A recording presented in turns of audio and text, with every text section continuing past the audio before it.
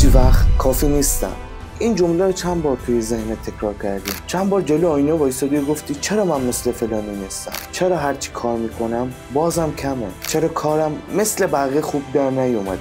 میدونی این جمله من کافی نیستم یکی از رایج‌ترین دروغی که ذهن ما هر روز بهمون میگه و بدتر از اون شبکه‌های اجتماعی که هر روز دارن اینو تقویت میکنن.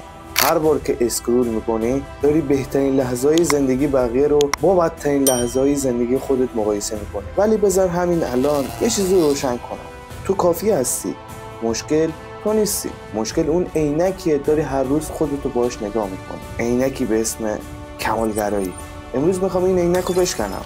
میخوام نشونت بدم چرا کمالگرایی بزرگترین زندان ذهنیه که میتونه جلوی پیشرفتتو بگیره.